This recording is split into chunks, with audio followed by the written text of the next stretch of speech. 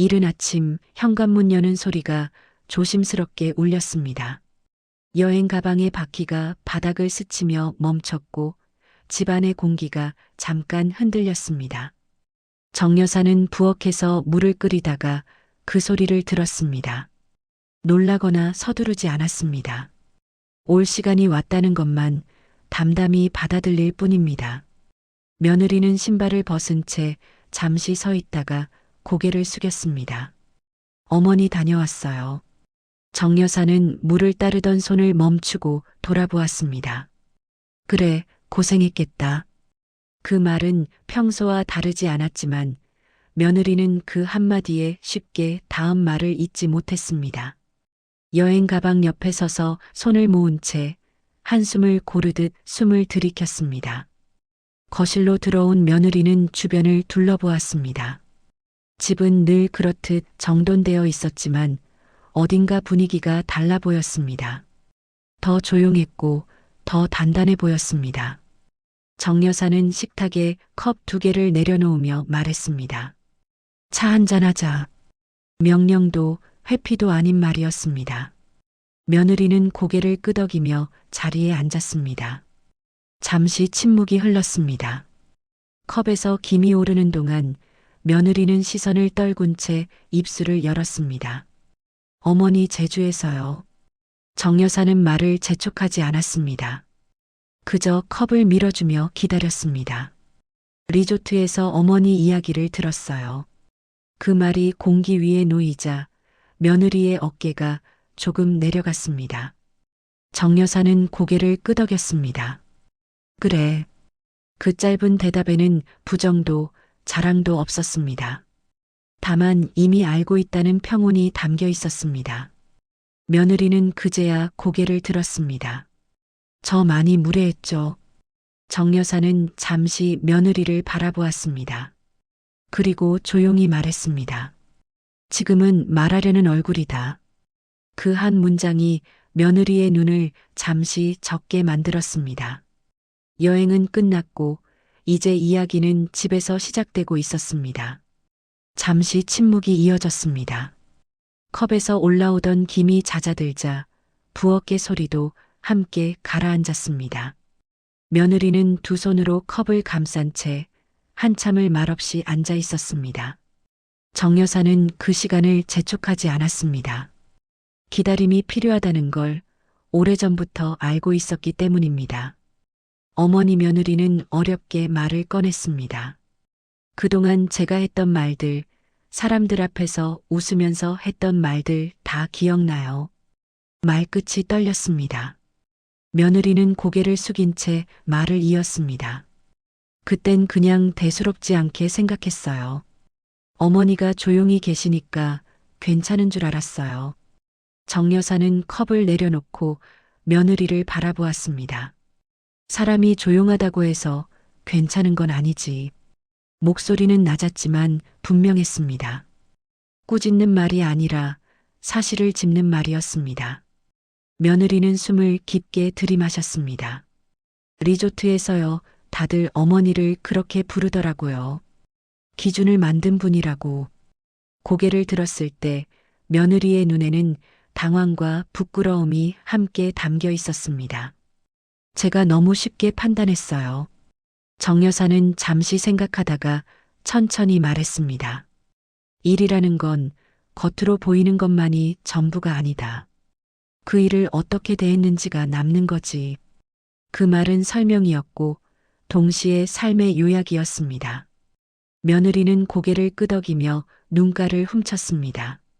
어머니, 저는 어떻게 해야 할까요? 정 여사는 잠시 창밖을 바라보다가 다시 며느리를 보았습니다. 지금처럼 말하면 된다. 숨기지 말고. 그 대답에 며느리의 어깨가 조금 더 내려갔습니다. 이 자리에서 처음으로 말이 아닌 태도가 바뀌기 시작하고 있었습니다. 며느리는 한동안 컵을 내려다보다가 조심스럽게 다시 입을 열었습니다.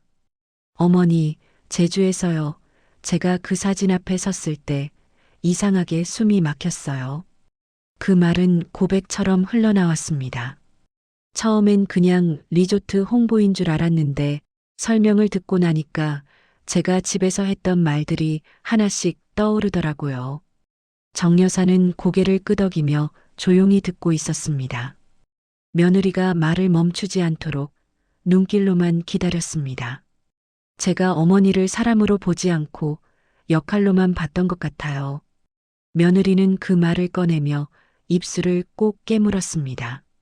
집이 깨끗하면 당연한 거고 어머니가 먼저 움직이면 원래 그런 분이라 생각했어요.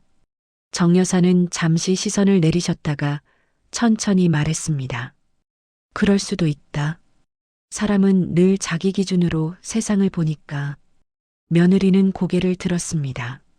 정 여사의 말에는 원망도 변명도 없었습니다. 그 점이 오히려 더 마음을 아프게 했습니다.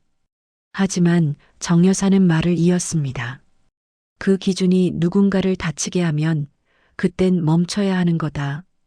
짧은 문장이었지만 며느리는 그 말을 가슴 깊이 받아들였습니다.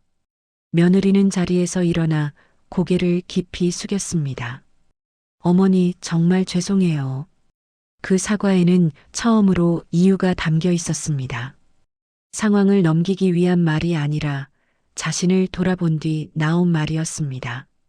정 여사는 서둘러 며느리를 일으키지 않았습니다. 대신 차분하게 말했습니다. 고개를 들거라. 사과는 서서 하는 게 아니다. 며느리는 천천히 고개를 들었고 그 순간 정 여사와 눈이 마주쳤습니다. 그 눈에는 판단도 우월함도 없었습니다. 다만 오래 살아온 사람의 단단함이 있었습니다. 이 집에서 관계가 처음으로 같은 높이에 놓이는 순간이었습니다. 고개를 든 며느리는 눈을 피하지 않았습니다. 방금 전까지 떨리던 숨은 조금 가라앉아 있었고 손은 무릎 위에서 조심스럽게 맞잡혀 있었습니다. 정 여사는 그 모습을 잠시 바라보다가 컵을 다시 며느리 쪽으로 밀어주었습니다. 차 식겠다. 한 모금 마셔라. 그 말에는 위로도 시험도 없었습니다. 그저 지금 이 자리에 함께 있다는 확인이었습니다. 며느리는 차를 한 모금 마시고 낮은 목소리로 말을 이었습니다. 어머니가 집에 오신 뒤로요. 저는 어머니가 늘 거기 계실 거라고 생각했어요. 정 여사는 고개를 끄덕였습니다. 사람은 늘 있는 것을 당연하게 여긴다. 네, 그래서 더 함부로 말했던 것 같아요. 없어질 수도 있다는 생각을 안 했어요. 정 여사는 잠시 창밖을 바라보았습니다. 아파트 마당에서 아이들이 뛰어다니는 소리가 희미하게 들렸습니다. 나는 없어질 사람이 아니다. 정 여사의 말은 단정했습니다. 다만 존중받지 못하는 자리에 오래 머물 이유도 없다. 그 말에 며느리는 고개를 숙였습니다. 변명하려는 기색은 없었습니다. 이제는 어머니를 어떻게 대해야 할지 알 것 같아요. 정 여사는 며느리를 다시 바라보며 조용히 말했습니다. 어렵게 생각하지 마라. 나를 사람으로 대하면 된다. 잠시 침묵이 흘렀습니다. 그 침묵은 무거움이 아니라 말이 제자리를 찾는 시간처럼 느껴졌습니다. 며느리는 천천히 고개를 끄덕였습니다. 네, 어머니. 그 한마디에는 이전과 다른 결이 담겨 있었습니다. 부르는 방식이 아니라 마음의 높이가 달라진 호칭이었습니다. 정 여사는 자리에서 일어나 부엌으로 향하셨습니다. 점심이나 먹자. 그 말은 화해의 선언도 용서의 조건도 아니었습니다. 다만 함께 살아가기 위한 다음 걸음이었습니다. 그리고 그 걸음은 이전보다 훨씬 단단한 바닥 위에 놓이고 있었습니다. 부엌으로 향한 정 여사의 발걸음은 서두르지 않았습니다. 냄비를 꺼내고 불을 켜는 동작 하나하나가 차분했습니다. 며느리는 식탁에 그대로 앉아 있다가 잠시 망설인 끝에 자리에서 일어났습니다. 예전 같았으면 말없이 지켜보기만 했을 순간이었습니다. 하지만 오늘은 달랐습니다. 어머니, 제가 도와드릴게요. 정 여사는 뒤돌아보며 잠시 며느리를 바라보았습니다. 괜찮다. 그러나 그 말에는 거절의 의미보다 습관처럼 나온 말이 섞여 있었습니다. 며느리는 물러서지 않고 다시 말했습니다. 아니에요. 같이 하면 더 빨리 끝나잖아요. 정 여사는 잠시 생각하다가 조용히 고개를 끄덕였습니다. 그럼 채소 좀 씻어라. 그 짧은 허락에 며느리는 고개를 크게 끄덕이며 싱크대로 향했습니다. 물을 틀고 채소를 씻는 손길은 아직 서툴렀지만 조심스러웠습니다. 소리가 크지 않게, 물이 튀지 않게 신경 쓰는 모습이 눈에 띄었습니다. 정 여사는 냄비를 저으며 그 모습을 힐끗 보았습니다. 말없이 지켜보던 손이 오늘은 누군가와 공간을 나누고 있었습니다. 부엌 안에는 작은 소리들만 오갔습니다. 물 흐르는 소리, 칼이 도마에 닿는 소리, 냄비에서 끓어오르는 숨 같은 소리들. 그 소리들은 어색하지 않았습니다. 잠시 후 며느리가 조심스럽게 물었습니다. 어머니 예전엔 이런 거 혼자 다 하셨죠? 그랬지. 힘들지 않으셨어요? 정 여사는 잠시 손을 멈추었다가 대답했습니다. 힘들지 않은 일은 없다. 다만 혼자라고 느끼면 더 힘들어지는 거다. 그 말에 며느리는 고개를 숙이며 채소를 더 천천히 씻었습니다. 정 여사는 다시 불을 줄이며 생각했습니다. 오늘 이 부엌에서는 누군가가 도와준다는 말의 의미가 처음으로 제대로 자리 잡고 있다고, 역할이 아니라 사람으로 함께 서 있는 자리라는 것을요.